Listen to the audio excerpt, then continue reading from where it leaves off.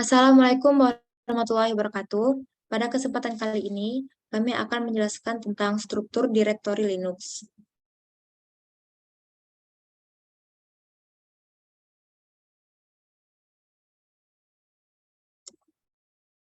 Baiklah, izinkan memperkenalkan diri. Nama saya Siti Nur Azizah dengan NPM 21150610002. Di sini juga ada teman saya. Silahkan untuk memperkenalkan diri. Saya Agustin Rahmawati dengan NPM 21150610009. Perkenalkan, nama saya Hazal Fatoni, NPM 21150611112. Perkenalkan, nama saya Pinka Ananda dengan NPM 21150610089. Perkenalkan, nama saya M. Zahid Hidayat, NPM 21150611097. Baiklah, langsung saja ke materi. Untuk materi yang pertama akan dijelaskan oleh Zahid.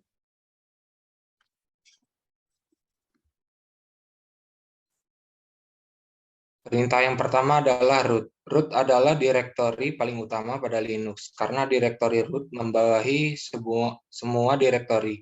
Direktori root hampir mirip dengan drive C pada Windows, akan tetapi di Linux pembagian partisinya ada di direktori root. Next.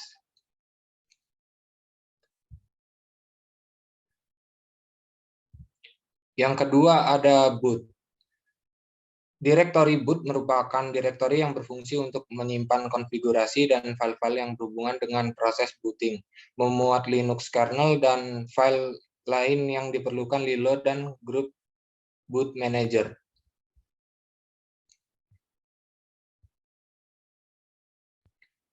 Direktori SYS merupakan direktori spesial yang memuat informasi mengenai hard disk seperti kernel, device, dan firmware. Untuk memudahkan mengingat direktori ini dianggap kependekan dari sistem.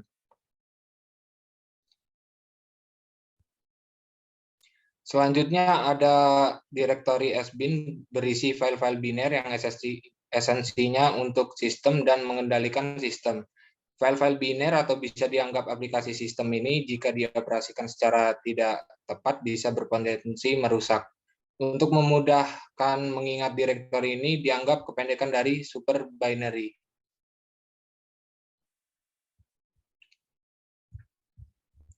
Selanjutnya ada direktori bin. Direktori bin ini berisi file-file binary atau aplikasi yang lebih umum dan dapat digunakan oleh semua user. Program-program di sini dapat dijalankan meskipun tidak ada sistem file lain yang dimount. Direktori ini juga tidak memiliki subdirektori.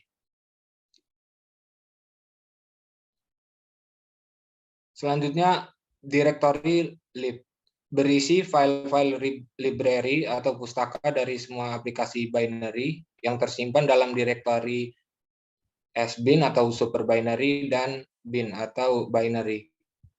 Di direktori ini juga tersimpan berbagai macam library yang digunakan untuk aplikasi lain.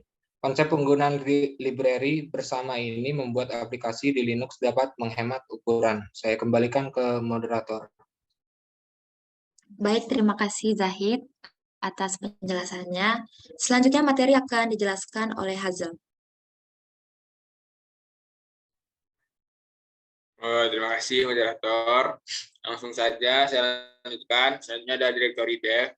Jadi di direktori dev ini merupakan pseudo file system atau direktori yang isinya sebenarnya bukan benar-benar berisi file.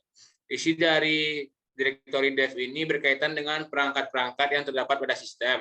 Misalkan untuk informasi port serial, port printer dapat diberlakukan seperti membaca file. Misalkan perangkat serial terletak di direktori dev /tty01, kemudian partisi dalam hard disk disebut sebagai /dev/sda7 dan lain sebagainya. Untuk memudahkan mengingat direktori ini dianggap kependekan dari device. Lanjut. Selanjutnya ada direktori etc. Direktori etc berisi file-file konfigurasi sistem. Mayoritas aplikasi dan layanan konfigurasinya tersimpan di direktori etc, termasuk diantaranya etc/host, etc/resolve.conf, dan lain sebagainya. Di direktori etc/init D tersimpan konfigurasi bagaimana sebuah layanan dijalankan. Di direktori etc/rc bintang D tersimpan konfigurasi untuk menentukan servis yang dijalankan untuk tiap-tiap sesi init. Selanjutnya ada direktori home.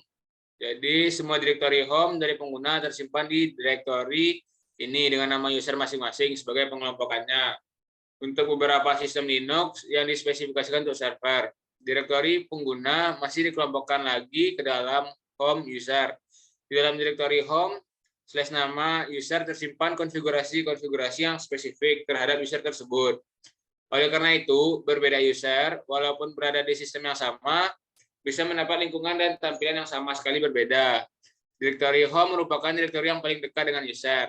Direktori home ini bisa berisi dokumen-dokumen pekerjaan user hingga file-file liburan seperti MP3 dan film, juga termasuk foto-foto yang dimiliki oleh user.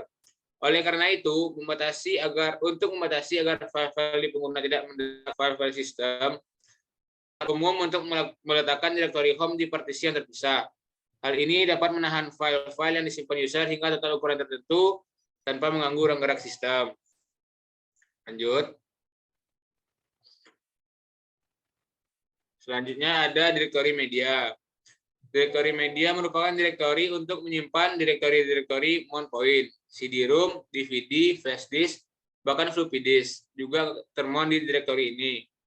Pada distro-distro modern sudah memberikan fasilitas untuk menampilkan device-device yang dimount ke depan desktop, sehingga pengguna tidak perlu susah dan repot-repot menuju ke media untuk dapat mengakses flash disknya, tapi cukup lihat ke desktop dan masuk ke direktori yang terbuat baru di sana. Untuk workstation yang terintegrasi dengan jaringan, pada umumnya untuk melakukan mounting storage network juga diletakkan di media. Dengan dikelompokkan seperti itu, maka mudah untuk mengenali bahwa semua yang berada dalam direktori media merupakan media penyimpan. Selanjutnya ada direktori MNT. Pada Linux yang masih umum menggunakan kernel 2.4.x, untuk tempat mengumpulkan mount point berada di MNT, dikarenakan pada sistem berbasis kernel 2.6.x sudah menggunakan direktori media, maka direktori MNT ini umumnya kosong. Direktori MNT bisa juga dijadikan mount point pada saat sistem rescue atau troubleshooting. Untuk memudahkan mengingat, direktori ini dianggap pendekan dari mount.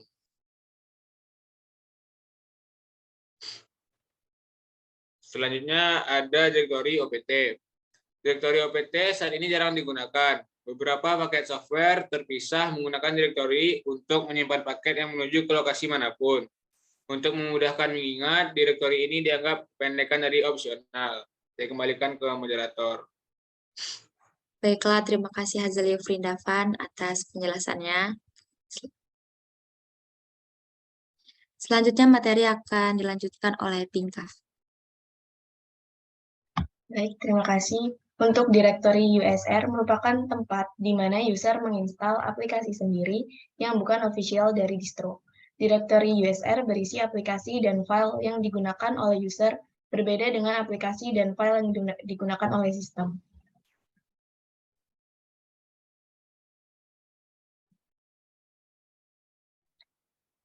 Untuk direktori USR Share merupakan tempat di dalam USR yang digunakan untuk menyimpan data-data yang bisa dibagikan dan tidak terikat dengan platform.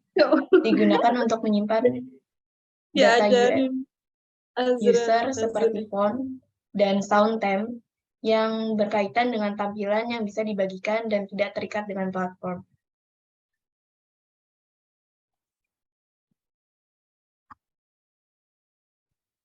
Untuk direktori USR Doc merupakan tempat untuk menyimpan dokumentasi dan catatan yang berkaitan dengan aplikasi. Ada pula USR/share/doc berisi file-file dokumentasi dalam berbagai format. Kemudian direktori USR/RSC merupakan tempat untuk menyimpan storage code dari aplikasi sistem. Untuk direktori USR Include, di direktori USR/include tersimpan file-file header dari compiler C File header ini mendefinisikan struktur dan konstanta yang dibutuhkan untuk membangun sebuah aplikasi yang standar. Direktori di dalam USR/include tersimpan header untuk compiler C++. Untuk direktori USR x11R6 menyimpan sistem X window dan hal-hal yang berkaitan dengan X window. Subdirektoris di bawah USR/x11R6 tersimpan binary X itu sendiri dan juga dokumentasi file header config, icon, sound, dan sebagainya yang berkaitan dengan grafis. Baik, saya kembalikan kepada moderator. Oke, terima kasih Pinka atas penjelasannya. Untuk materi selanjutnya akan dijelaskan oleh saya sendiri. Untuk direktori yang pertama itu ada USR lokal. Nah, direktori USR lokal ini berfungsi sebagai tempat untuk perangkat lunak yang diinstal secara lokal dan file lainnya. Berikut ini merupakan gambar dari hasil demonstrasi yang udah saya coba. Selanjutnya,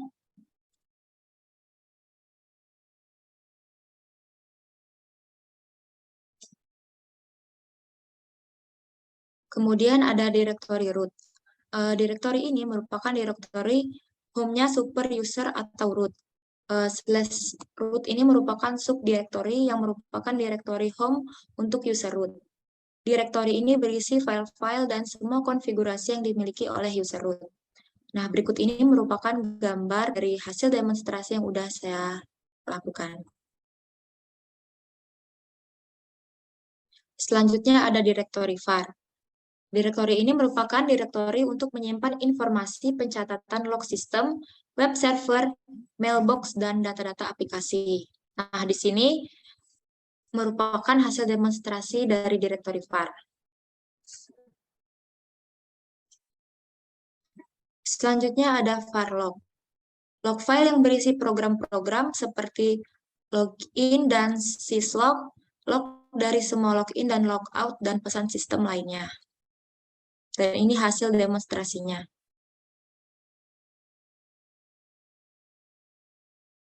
Kemudian ada var mail. Direktori ini berfungsi untuk menyimpan email masuk dan keluar. Di hasil gambar demonstrasi ini kosong karena tidak ada email yang masuk dan keluar. Baiklah, selanjutnya akan dilanjutkan oleh Agustin. Terima kasih, moderator. Paraspool Directory Paraspool merupakan sebuah direktori untuk menyimpan file-file yang spooling atau yang sedang mengantri untuk diproses. Pada umumnya, yang berada dalam Paraspool ini adalah operasi printing. Namun, apabila Linux yang dibangun kemudian difungsikan sebagai printer server atau sharing printer, maka Paraspool juga perlu diperhatikan apabila yang menggunakan printer tersebut user yang sangat banyak. Contohnya, apabila saya saat mengetikkan perintah var/spool ls, maka akan ditampilkan informasi mengenai yang ada di dalam direktori spool, yaitu cron, mail, dan rsyslog. Contoh informasi dari cron yaitu @jobs, @spool, dan cron tabs. Selanjutnya, var/run. Direktori var/run tersimpan PID, proses ID dari layanan-layanan yang berjalan. PID yang tercatat di dalam var/run ini nantinya akan digunakan oleh script di dalam /etc/init.d/bintang untuk mengendalikan layanan yang tersedia di Linux. Contohnya pada saat mengetikkan perintah cd/run ls, maka akan menampilkan beberapa informasi. Contohnya informasi di bus, maka akan keluar informasi yang berisi sistem bus socket. Selanjutnya, /proc. Direktori /proc merupakan sudo file system yang mirip dengan /dev.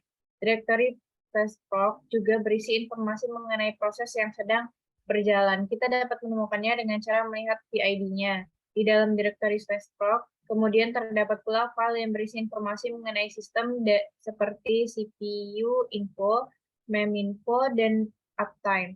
Contohnya pada saat mengetikkan perintah cat CPU info, maka akan menampilkan informasi mengenai yang ada di dalam CPU. info yang berisi prosesor, model, FPU, dan lain-lain. Selanjutnya. /tmp. Direktori /tmp merupakan file sistem yang menyimpan file-file sementara atau temporary. Semua berkas yang ada di dalam direktori ini akan otomatis dihapus ketika sistem reboot. Direktori /tmp memiliki mode yang sangat terbuka sehingga mudah untuk ditulis oleh siapa saja. Selanjutnya. /loss/found. Direktori /loss/found merupakan direktori yang menyimpan file-file yang berhasil di-recover pada saat sistem crash. Dengan melihat ke dalam /loss/found, mungkin user dapat menemukan file yang hilang. Terima kasih, saya kembalikan pada moderator. Baiklah, terima kasih Agustin atas penjelasannya. Nah, itu tadi merupakan penjelasan dari struktur direktori. Terima kasih. Wassalamualaikum warahmatullahi wabarakatuh.